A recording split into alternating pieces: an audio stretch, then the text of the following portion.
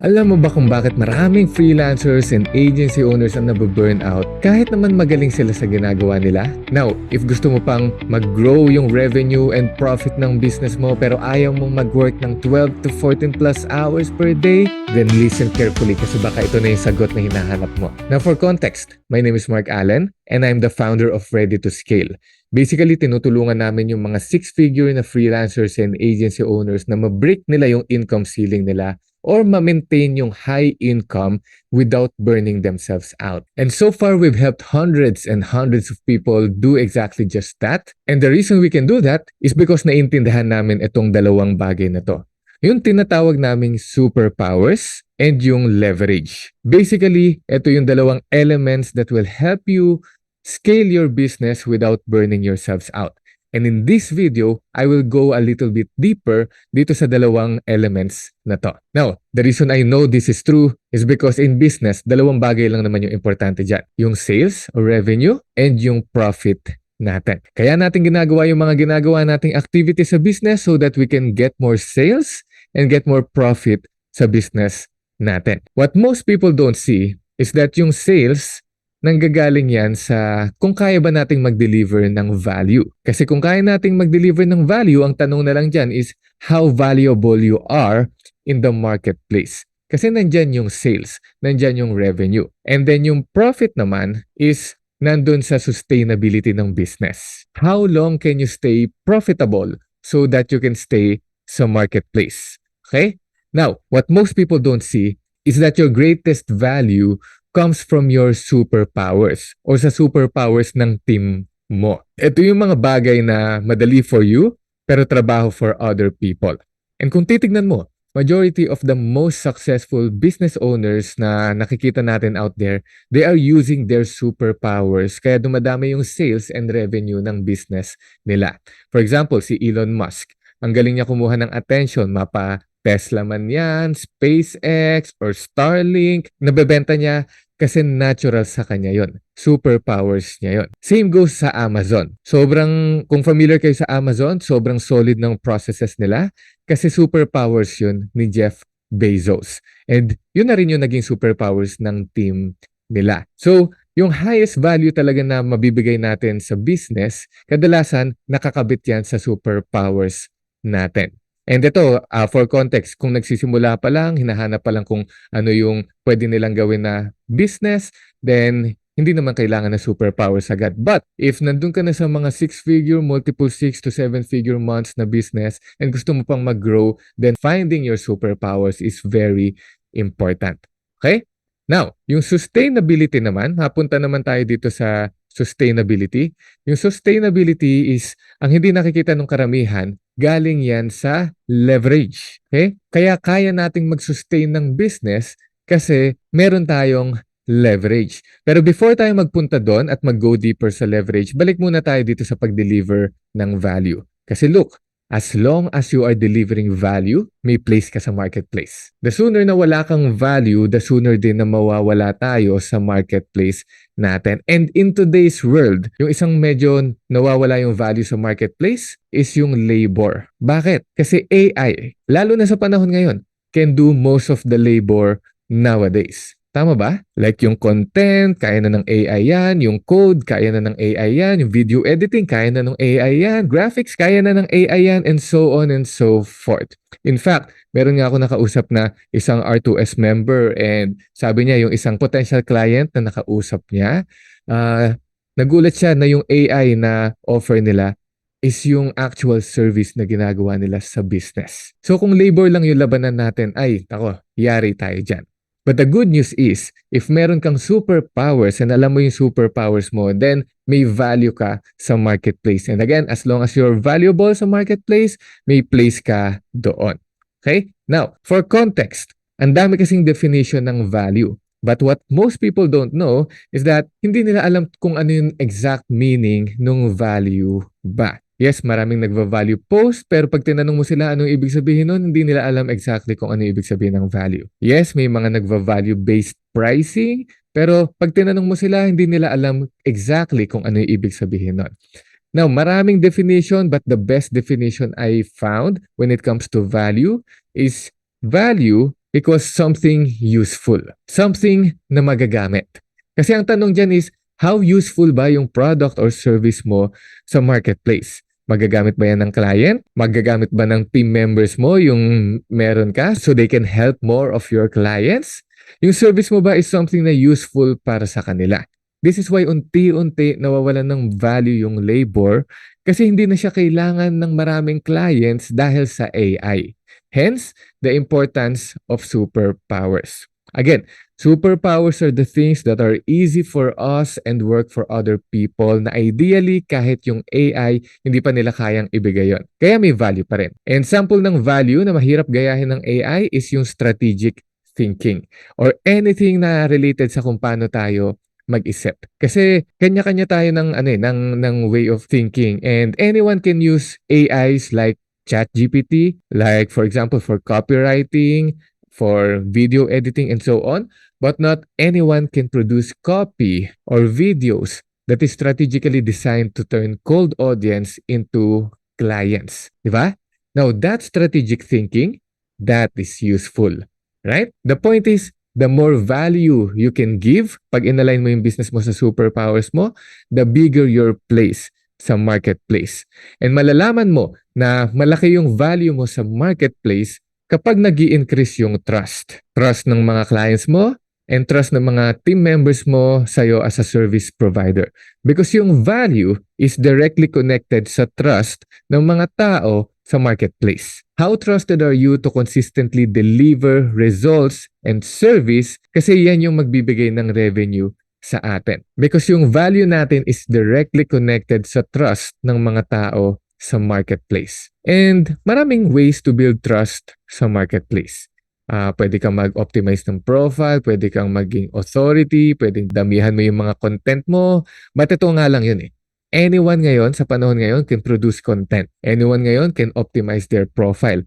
But not anyone can build trust sa marketplace. In my experience, the easiest and most effective way to build trust sa marketplace is to trust yourself first. For full transparency, natry ko na rin lahat ng tricks and tactics para makapag-develop sa marketplace. In fact, meron pang nagturo sa akin before na pag nag-post ka, marami mga magko-comment sa post mo para mukha kang trustworthy sa marketplace. Yes, pwedeng magandang tignan siya on the outside, but yung real trust, wherein dadami talaga yung revenue natin, is nanggagaling kung nagtitiwala ba talaga tayo sa sarili natin na kaya nating i-deliver yung service na sinasabi natin sa clients natin.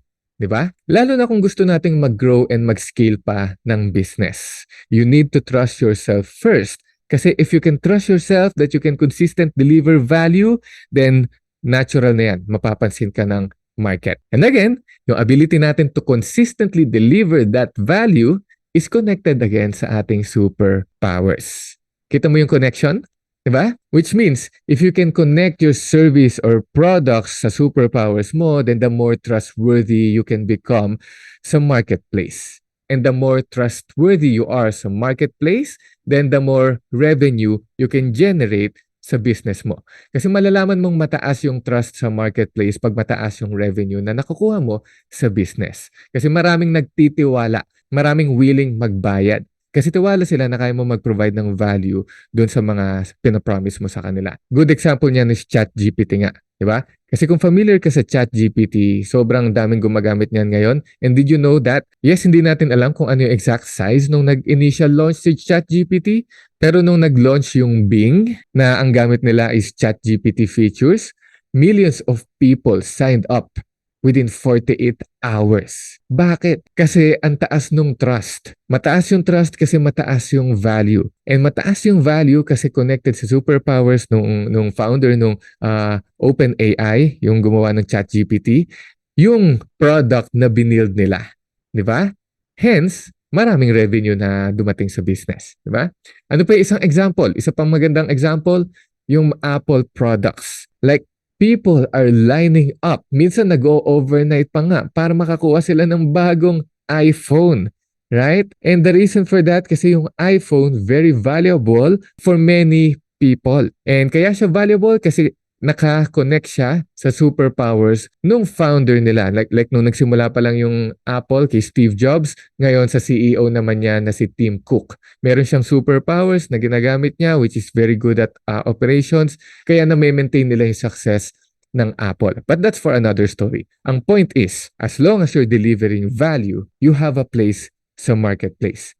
Kahit na nandiyan yung AI, kahit na maraming mga nangyayari sa world, sa government, ganyan, as long as you're delivering value, you have a place in the marketplace. Make sense? Now, punta naman tayo sa other side. Kasi kung value lang, I know a lot of people na maraming value na kayang ibigay sa marketplace, but in order to stay sa marketplace, kailangan natin ng leverage. Kailangan nating mag-leverage effectively. Specifically, gusto nating ma-leverage is yung ating mga resources. Yung people, yung money, yung time, yung energy, gusto natin siyang ma-leverage effectively. If hindi natin ma-leverage effectively yung mga resources natin, then may chance na mawala yung business. Kasi yung cost tataas.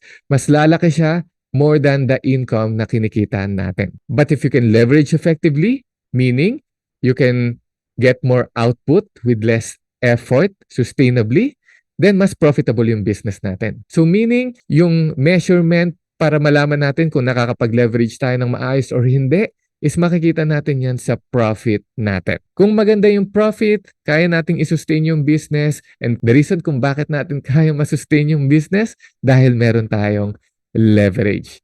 Okay? Now, atras tayo ng onte.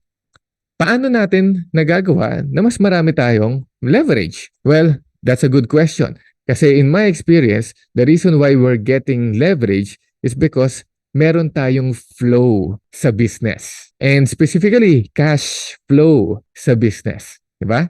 And kadalasan yung flow na yon, yung maraming cash flow na pumapasok sa business natin, is yun yung pag mas dumami yung pumapasok na flow sa business natin, then syempre mas maraming profit. And the way we do that is by removing any resistance na pumipigil sa atin to getting more results sa business natin. Kasi kung maraming resistance, meaning maraming pumipigil sa atin para magkaroon itong cash flow sa business, then ibig sabihin kulang tayo sa leverage. Ano example nun? Pag hirap tayong kumuha ng clients, most likely may resistance sa business natin. Probably capacity issues, probably hindi magandang offer, or probably kulang sa skills ng team. But ang point is may resistance. Kaya walang pumapasok na cash flow.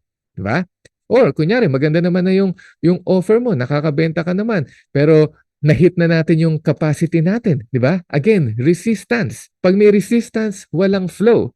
So, ang trabaho natin is to remove yung resistance na yan by adding more systems, adding more people, or kung ano man yung best ways natin to leverage. Diba? Ang point is, to get more flow sa business, ideally, gusto nating ma-remove yung mga resistance na pumipigil para magkaroon tayo ng mas maraming cash flow. And the way we do that is by adding leverage sa business natin. Kasi mapapansin mo sa freelancing and agency space, may mga freelancers and agency owners na kuha lang ng kuha ng clients, pero hindi naman nila nare-retain.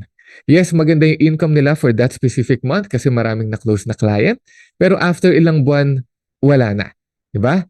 Or, may mga agencies din akong kakilala or nakikita na maraming sales sila ng isang taon, pero after a year or two, wala na kasi huminto silang mag-leverage. Kita mo yung connection? Diba? By the way, malalaman mo na walang flow yung business mo kapag mataas yung stress ng mga founders, mga leaders, ng people, ng team members natin sa business natin. Pag mataas yung stress, kadalasan, it's a sign na kulang tayo sa leverage. And tingin mo, bakit? Bakit maraming stress? Bakit maraming walang flow yung business nila? Kasi nakafocus sila dito. Nakafocus sila sa sales, nakafocus sila sa profit. If there's one thing na natutunan ko sa pagpapalaki ng multiple businesses, focusing on sales and focusing on profit is not a good focus. Kasi they are the effects, not the cause. The cause is alam ba nila yung superpowers nila and alam ba nila kung paano mapapalakas yung leverage nila. Yun yung cause. Kaya stressful pag nakafocus dito kasi effects yung focus natin. And yung effects na yon, kadalasan may time delay yan. And yung time delay, hindi natin yan controlled. So kung nag-focus tayo sa bagay na hindi natin controlled, ay, stressful nga naman talaga yon, di ba? Alam mo kung bakit alam ko to? Kasi ako mismo, dito ako nakafocus dati, majority of the time of my business nung nagsisimula pa lang ako, and sobrang stressful nga naman talaga. But now, syempre, natututo rin naman tayo sa business, di ba? Now, I'm leading and co-scaling multiple businesses, and ito yung focus namin. Mas dumadami yung trust na nabibuild namin sa marketplace, and mas dumadami yung flow na nabibuild namin sa marketplace. Hence, kusa na lang dumadating yung sales and profit para sa amin. Ba? Now, for full transparency, it requires deeper understanding para ma-unlock natin yung superpowers natin and leverage natin, which is yun yung ginagawa namin sa R2S.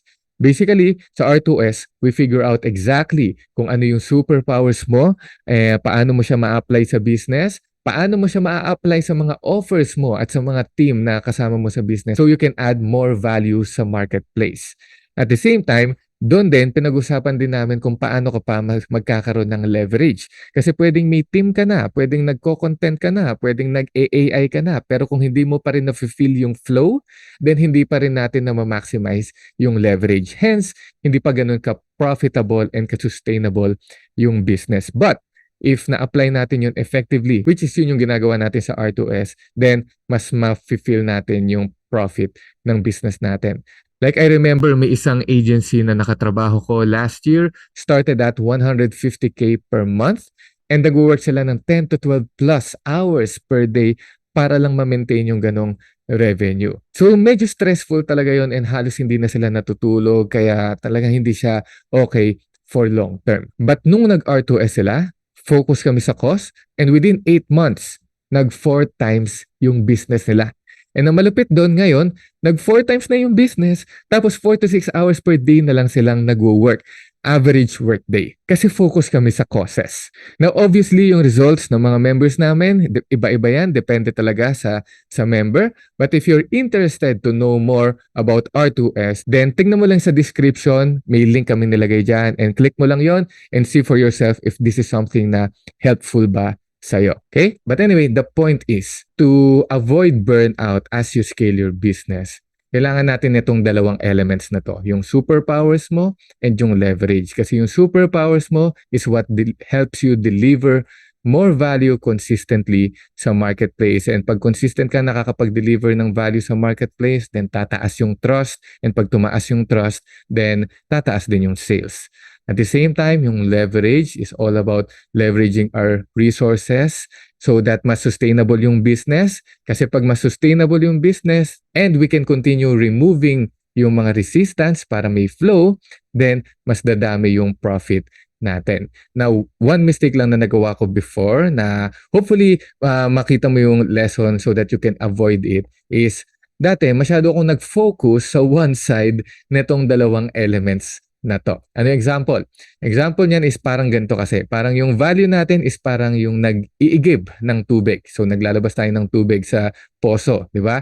And then yung leverage is parang itong timba, right? Now dati, masyado ako nakafocus sa pag-iigib, pag-produce ng value, ano ibig sabihin noon sa atin? Parang nag-upskill palagi, aral palagi, improve ng offer, improve ng service.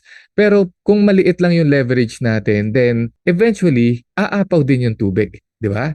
And in our case, maraming lalagpas na opportunity na hindi natin kayang ma-handle kasi kulang sa leverage. So, syempre, natututo din naman tayo kahit papano. So, nag-focus ako sa leverage. Yun nga lang, napasobra ako sa pag-focus sa leverage na yung timba naging batya na. Minsan nga, yung batya naging parang drum pa sa sobrang puro focus lang ako sa leverage. Ano ibig sabihin nun? Ito yung tipong gawa ako ng system, automate ako ng automate, hire ako ng hire nung mga tao na sometimes hindi ko napapansin na, ala, sobrang dami na pala nung capacity namin pero walang masyadong pumapasok na sales sa business. So, lugi pa rin yung business, di ba? So, ang point is, if we're doing itong dalawang elements na to, whether sumali ka ng R2S or not, I just want to share with you na gusto natin nung balance. Na sometimes focus tayo sa value and we want to start with the value. And then dun sa pail natin, pag napansin natin na medyo napupuno na yung tubig, na-hit na natin yung capacity, then it's time to increase our leverage. 'Di ba? Increase lang natin yung leverage good enough na makapag-add pa ulit tayo ng value sa susunod. Kasi kung big enough na yung leverage natin, then sige, pump ulit tayo ng water, pump ulit tayo ng water, and then pag medyo malapit na uli mapuno yung batya natin, then we can start slowing down sa pag-pump and increase na naman yung leverage and so on and so forth. And once you do that, hindi mo na lang napapansin, lumalaki yung business mo, tapos masaya ka pa sa na-build mong business kasi hindi ka nabe-burn out. Diba? So yun lang muna for today's video. If you're still watching, thank you so much for your attention. If you enjoyed the content na ginagawa natin dito and you wanna see more, then please consider clicking the subscribe button. Sobrang ma-appreciate ko yung support mo na yan.